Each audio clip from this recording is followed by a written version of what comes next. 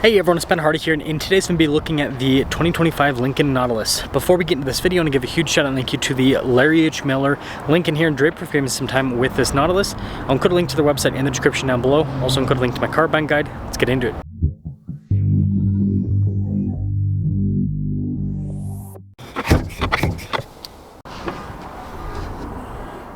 Under the hood, we have a turbocharged 2-liter 4-cylinder that goes through an 8-speed. Fuel economy is 21 around town, 29 on the highway, with power outputs being 250 horsepower and then 280 pound-feet of torque. Now, before we move forward with this review, I do want to mention if you want to see more videos just like this, then I recommend you subscribe because I post content every single day.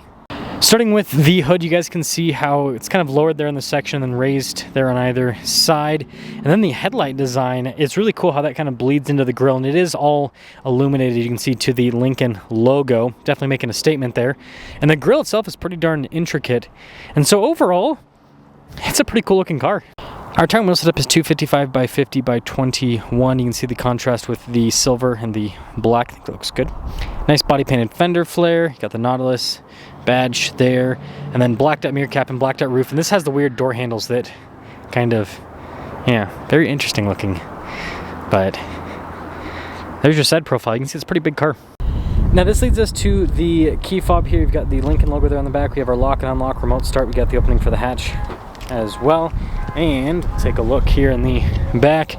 Now you can see there's actually a ton of storage space here in the rear, so it's a very practical vehicle from that perspective. And then you have these to lower down the seats, which is nice. Makes it a little bit more user-friendly there. And then the taillight arcs across again in that light bar fashion, so you got light bar in the front and in the rear. And I'd say overall, it kind of looks like a mini Aviator, but either way, stylistically, I'd say pretty good looking car.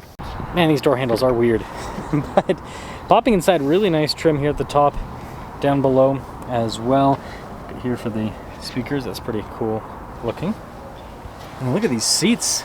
Again, really nice with all the trim popping in. Ooh, sorry, legroom back here's good. We got a little storage pocket. See USB ports there on the seat itself. And then heated seats here for the back at vents as well. And then headroom back here is actually really good too. Now this leads us up front, where again we've got all the soft touch trim down below as well. Memory seats, you've got all of our window controls. The mirrors do power fold in. Blind spot running with the mirrors too. This is cool for the sound system. Revo Ultima, by the way, good sound system. And then here's the front seat, perforated all down the center. Lots of adjustments. We can see all of your little adjustments there on the sides. You can really customize everything. And then light controls there, well, and then we've got our steering wheel adjustment, which is power. There's a nice trim on the dash. And let's pop it on. Yeah, we've got lots and lots of screen. So here's a quick look at the steering wheel. You got the Lincoln logo front and center. This is for the cruise control on the other side. And it is kind of like a weird screen situation where it pops up there. I don't know if you guys can see here. Let me zoom in a little bit for the volume and everything. So it's kind of similar to what Lexus actually has with their heads-up display controls. But anyways, two-tone trim with the steering wheel, and then you got your regular stocks there on the back. And then I guess this will lead us into the first part of the screen. So we have a ton of screen here on the dash. The first part is your gauge cluster itself. And again, it's very big. It shows you all the information you need. And then this kind of bleeds into the nav screen and also lets you know what gear you're in. They're up at the top left corner for this shot. And then it kind of bleeds into more screen, which is kind of, I mean, right now it's vehicle information all the way across. You can change what the screen displays, but yeah, it's complete wraparound on the dash. And talking about display, for example, when you put the car in reverse, well, the backup camera, the camera system in general, pops up there in the screen. So kind of like a heads-up display, but like giant screen instead of a heads-up display in a way. Now, if that wasn't enough screen for you, you have an actual like infotainment system down below, which responds actually pretty quickly. Oh, that's cool. You got massage function with this. This one is loaded up, so you know, hopefully it's gonna have all the features. Digital scent. That's interesting. But yeah, I mean, it's quick to respond. You can see you've got heated and ventilated seats. You've got your dual zone climate controls. So everything's pretty easy to use, pretty accessible overall. And then you'll notice here, you can configure the display. So and that reset the trip computer. But you can change what shows on the display. So for example, I can drag that up, and now you can see up here it shows media on the screen up top. So like I said, it's all very configurable. Transmission select down below, and then we've got, these are actually really nice physical controls for random stuff like auto stop start, and for your defroster, for your camera, for your drive modes as well. And the drive modes will pop up here, and they have the funny Lincoln names, as you can see, conserve, for example. Wireless phone charging pad, we've got some cup holders here, USB ports, nice kind of trim around the grab handle. Big center console, more nice trim there on the top. Like I said, there's a nice trim on the dash. Regular rear view mirror, and then we got controls there for the panoramic center. So here's a quick look at the window sticker. You can see 2025 Nautilus Reserve 3, 67,910 is the total MSRP on this. And let's see how it performs.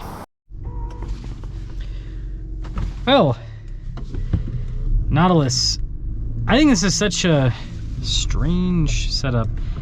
I'm very interested to see how well this giant screen situation does long term, in terms of, can I not have, okay, anyways, yeah, in terms of people using, people wanting it in cars.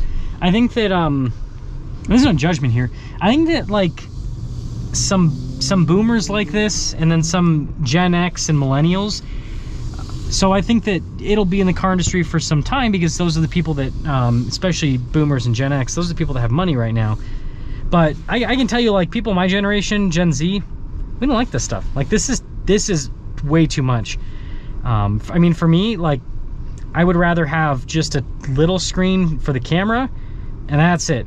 Anything more, and it's just overwhelming. But again, luxury cars are always kind of geared towards older buyers, right? Because you gotta be older to be able to afford to buy luxury.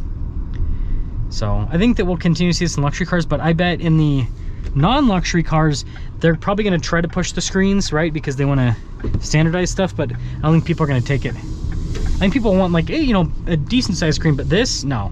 Like, you put this in a Toyota Corolla, people aren't going to like it. People are not going to like it at all.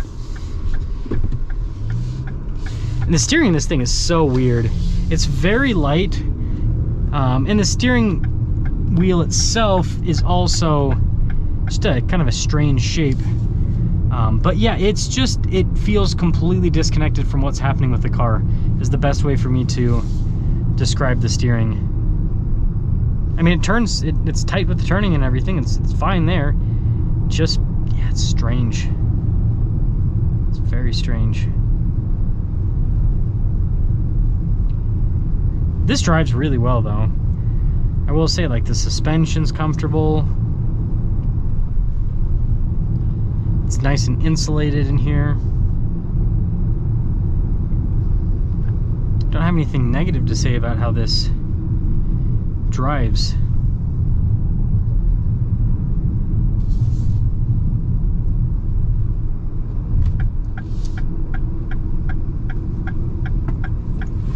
Ah, stupid backpack. And I will say, although the screen is overwhelming, it's intuitive enough, I would say. And what I mean by intuitive enough is you can figure it out relatively easily. Let's see what the turning radius is like here. Yeah, not too bad. The steering's actually, even though it feels awkward as can be, it's actually not too bad in terms of actually using it. The torque's really good, this turbo. So the Nautilus is a big focus on just the luxury side of things, I would say, and it does a really good job. And initial quality here feels nice. We don't have a lot of Chinese-made cars here in the U.S. market, and so, you know, I don't have as much of an experience with how these do long-term. So I'll be interested to see how this holds up long-term in terms of the build quality. I can tell you, I have a, it's on here, I have a gimbal that's from China. The initial build quality was really good. Like, it felt like fit and finish and everything felt really solid for like a piece of camera equipment.